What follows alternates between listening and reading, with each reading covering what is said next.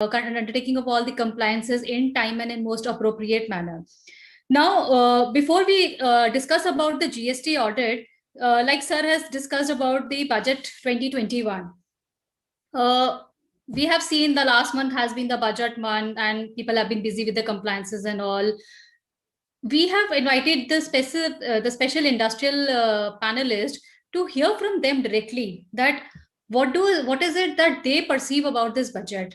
Do they think that the expectations which were raised by the taxpayers through various representations and various forums where they've reached out to the FMs and asked for various exemptions or maybe whatever changes in the law, whether these expectations have been met, they have not been met? Is there something which is missing? Is it some changes which were expected to come and have not come? So I'll come to Mr. Amitabh Mohanty. Sir, what is your first reaction to this budget? First of all, my compliments to Mr. Nanda for setting the pace right and bringing everything into perspective. My take would come later because, Gitika, it's very hard to react to something which has never arrived yet. So, not one notification has come as yet. It's been now 1 month already. And all the provisions which were listed from 99 clause to 114. There's so much into it that being in industry or in profession, it doesn't matter. That feeling of uncertainty is not good. We have seen enough when we were dealing with section 50 subsection 1 proviso. They've made an attempt to rectify the law again, but presently, even that has not been notified. So the situation remains open technically. It remains open. So certainty is something, which we in the industry or maybe in the profession also, everyone wants certainty. And the kind of accountability now the government is expecting of us, whether we are into industry or we are practicing as CAs, the accountability part is rising. So what we learned in audit that we were supposed to be watchdogs, but everything is now pushing us to be rather bloodhounds for any client, because the sections are so worded that they are unforgiving. They don't forgive. So even the section 135 that states mens rea, section 137 says officer in default. Those were already there. Now section 83 again, you have rather augmented the scope. So this is not understandable. You don't punish a lawyer for misrepresenting a client. How can you punish a CA? How can you punish a cost accountant for that matter? Everything he does, it's as per the books and the information given to him. So I think the approach has already gone overboard.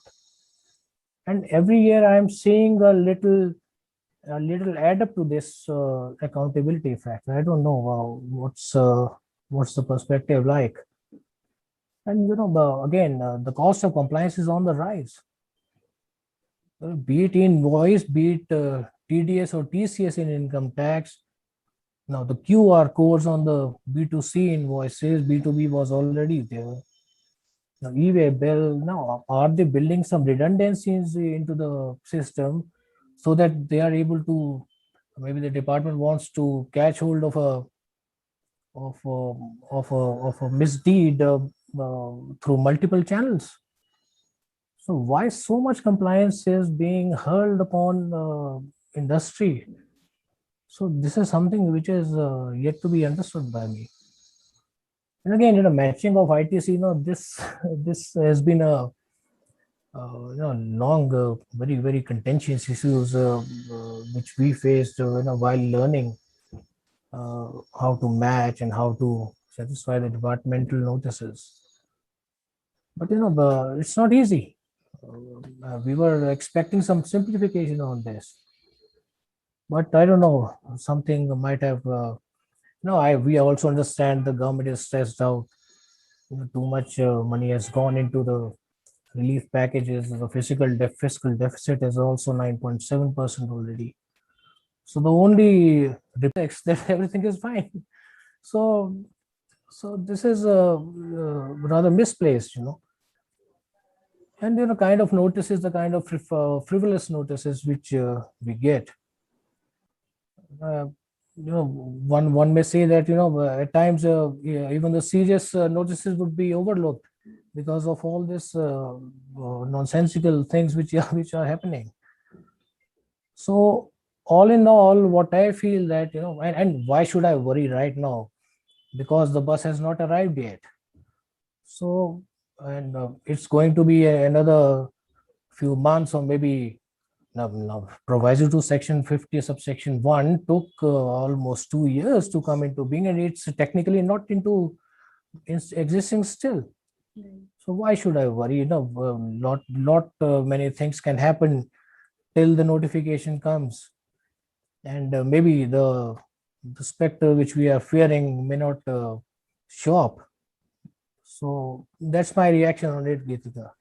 Thank you. Absolutely, sir. Very aptly put across that while we are all discussing about the various changes which are being introduced by the budget, many, in fact, most of them have not even been, because of presidential assent is yet to be received. So it's all on the way. We don't have the clear visibility how many sections will get notified, will not get notified. So very correctly put across that it's too early to take any call or take any business decisions based on these tentative changes which are coming. And so like Geetika, I would add a little thing. Yeah. For us, in GST field, the budget never arrived actually. So It's always a budget year. yes, Down it the year never it is. arrived. Yes, and I don't know what will be in the closed bag when it opens up. Maybe it's a Right. Pandora box, or maybe a little box of virtues. You never know. So let's Absolutely. wait and watch, and let's not be overreactive on these things. We have seen enough already. Yes, absolutely. We have seen GST over 3 years. The journey has been a topsy-turvy ride for all of the taxpayers. Yes, Every yes. now and then we have so many changes, amendments which are coming. And so you're very aptly put across that GST by its conception was supposed to be a law which should be easing the compliances. But over a period of time, we are seeing that the compliances are just increasing and increasing. So the government, instead of moving forward, it's moving backward. So if I put across an example, the law which was introduced, it was introduced first from the last reporting, which is your return reporting. Then going backward, they are going to the e-invoicing and all.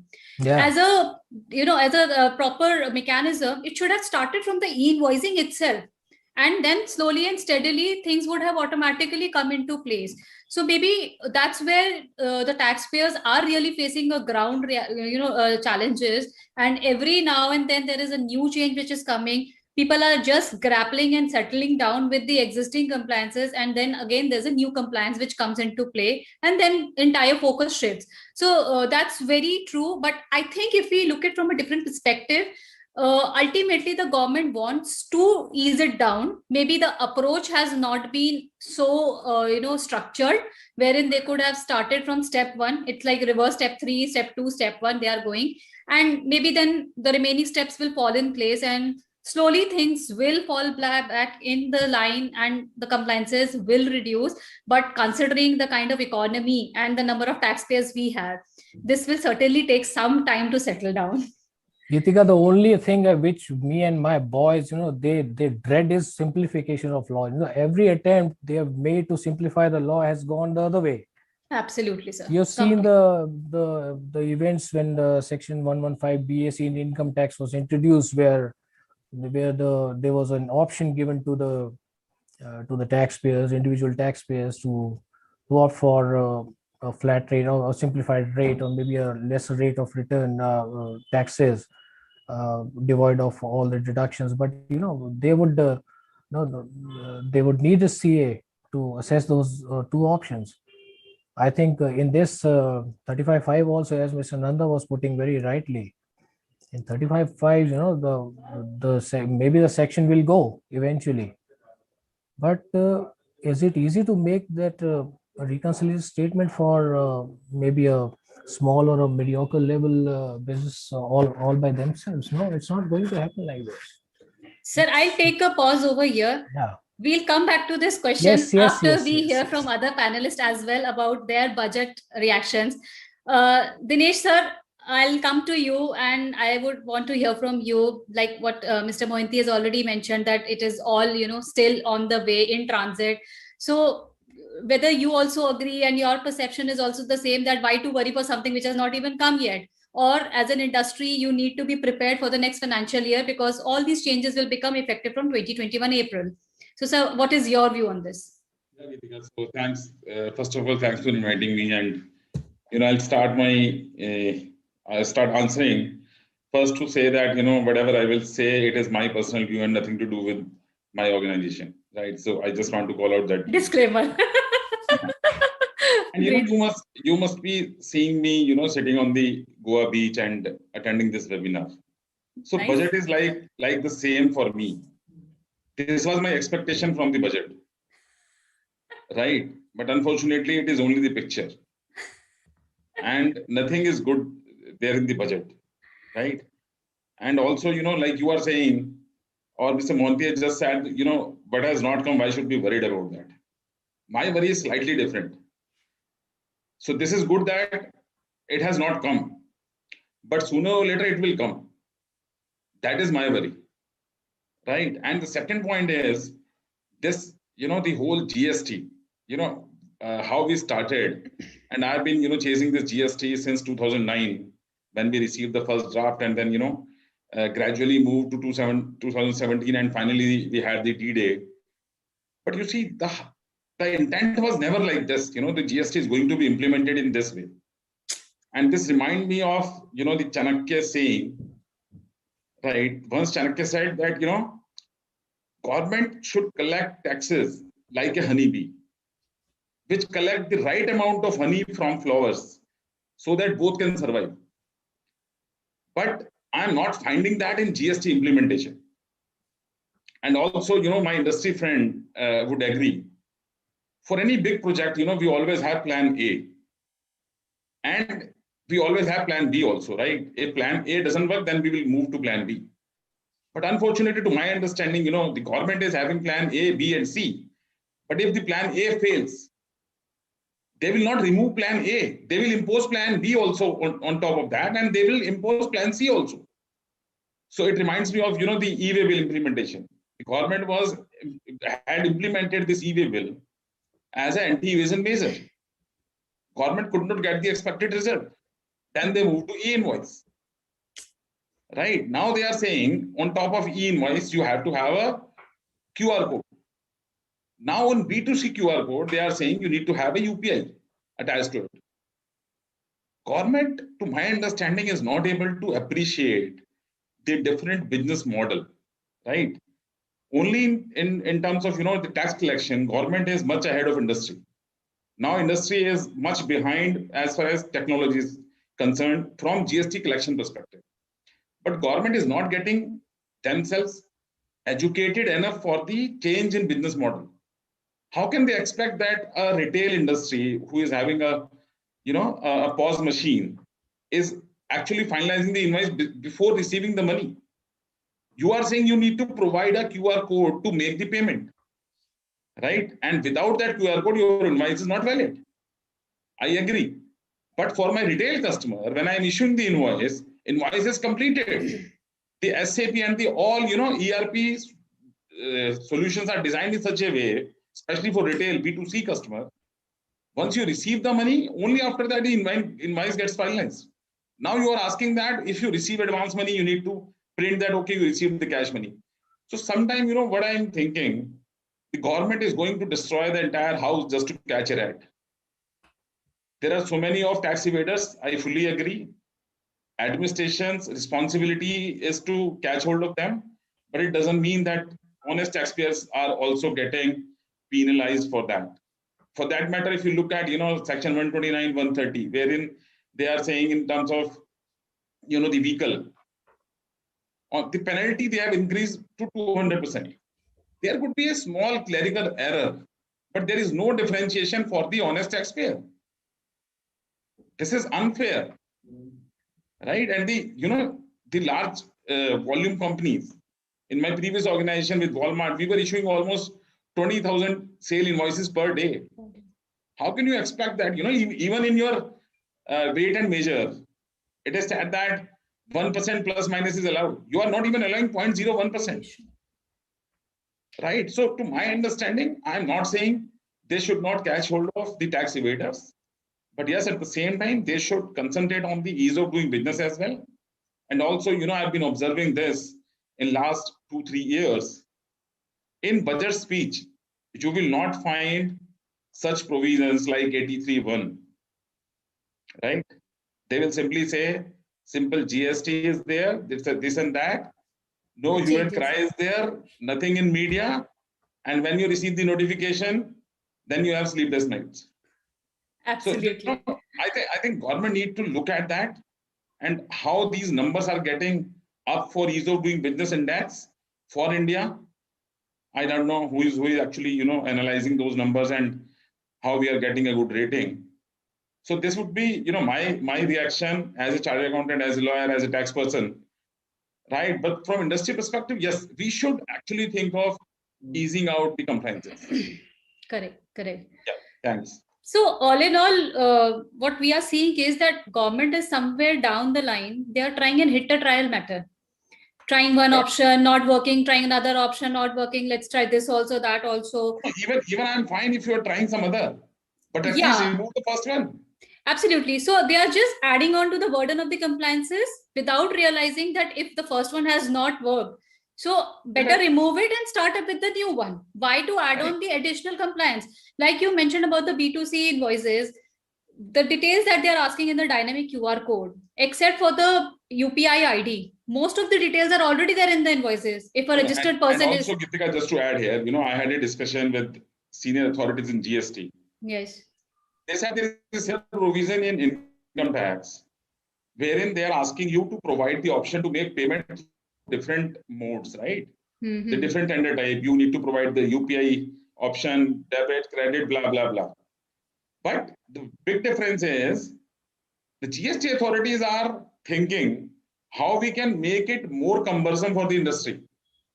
In income tax, I am fine because they are saying you need to give the option. They are not asking me to put the QR code on the face of invoice. Yes, correct. Yeah, so say for example, I am having n number of customers. If I am giving option by displaying my QR code on the till itself, on the cash counter. So my customer has a choice whether he want to make payment in cash or through UPI or through debit credit card, that's fine. Correct. But why you are putting the owners to print the QR code on the invoice?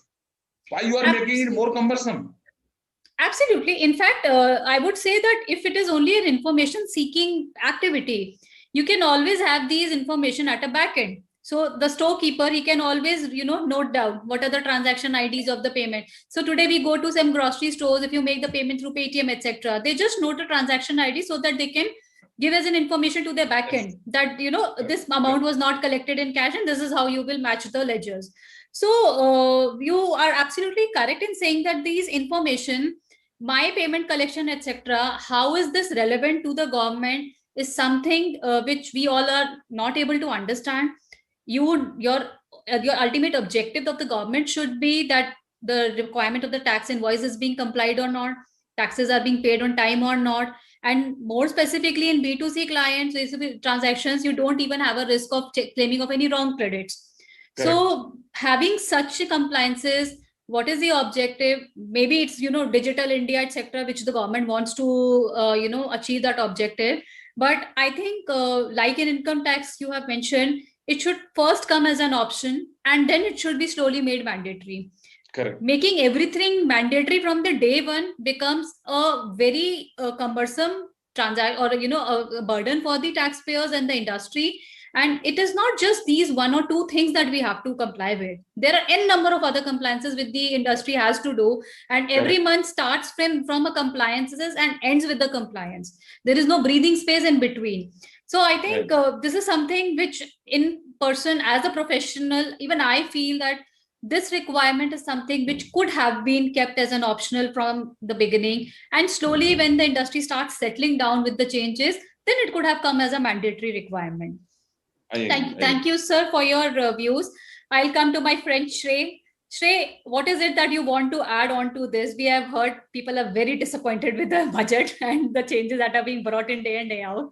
How do you feel it is affecting your industry? First of all, thank you for inviting me and good afternoon, everyone. So, I would like to take a cue from what my previous two panelists spoke. And, I'll simply say that I think apparently government is sending the evaluators of ease of doing business to Goa at the time when they're evaluating. So that's the reason you have such high ratings in ease of doing business. But yeah, I sort of agree with sir that when he says that, in the budget speech, usually, the finance minister always says there's no new tax that has been invoked. But if you, from an income tax standpoint, if you look at it, they're planning to tax the provident fund, additional provident fund that a salaried employee, it's like जिसको जितना निचोड़ सकते हैं उसको और मतलब last moment तक कर दें. But overall, if you ask me, I think for me the budget is a mixed bag. I would say I think the government to some extent has tried to focus on the domestic industry, wherein they've sort of increased customs duties on certain products to promote the Make in India. At the same time, I think they have sort of, in GST, they have planned to bring about changes which were, either were part of circulars or, even the last GST meeting which happened, for example, the interest on your net cash liability from July retrospectively. So I think there were certain good provisions or proposals that were being introduced. But definitely, I think there were certain negative ones as well, which are also covered on the penalty part. I think they need to bring out some rules or something, wherein some clerical errors, some typo errors, something needs to be, they have to give leeway for. You cannot have one straight rule for everyone. That whether you miss this or that, you are straight away penalized for 200%. That is simply not acceptable to the industry. On top of that, I think the compliance, my God, as a company, I'm telling you, I think and all the panelists would agree, the amount of time the tax team has to invest in compliance is simply mind-boggling, because you as a chartered accountant or any professional, you pursue a certain amount of qualification or degree to sort of add value. But when you are involved so much in compliance, it sometimes becomes a brain dead activity, in my view. So I think they need to really reduce the compliance. And lastly, I would, in the ease of sort of time and everything, in the interest of time, I would like to say that, the government really needs to sort of create a balance between the compliance that they propose to, sort of catch the tax evaders, and also think about the honest taxpayers, because your intention may be right, but sometimes you may end up harming more than, sort of achieving anything. So they really need to work on those things. And I think overall, as I mentioned, budget for me is a mixed bag. Very specific point, Shrey, which you have pointed out, which, this budget has brought in, is that the focus was Atmanirbhar Bharat. They wanted the domestic industries to grow. A lot of customs duty changes have been made so that people tend to move to the domestic manufacturers rather than getting into the import part of it.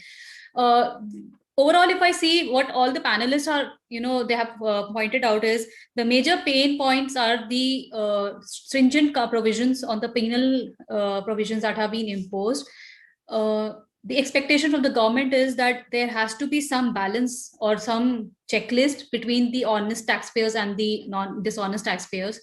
The government should not look towards every taxpayers with the dishonesty that everyone is doing with the transaction with an intention to evade the taxes.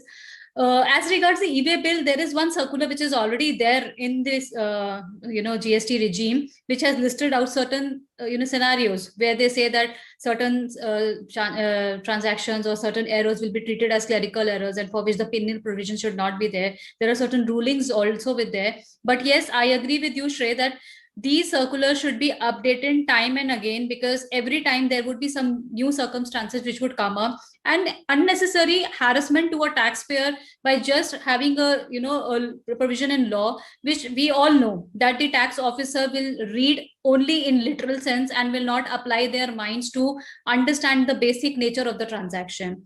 So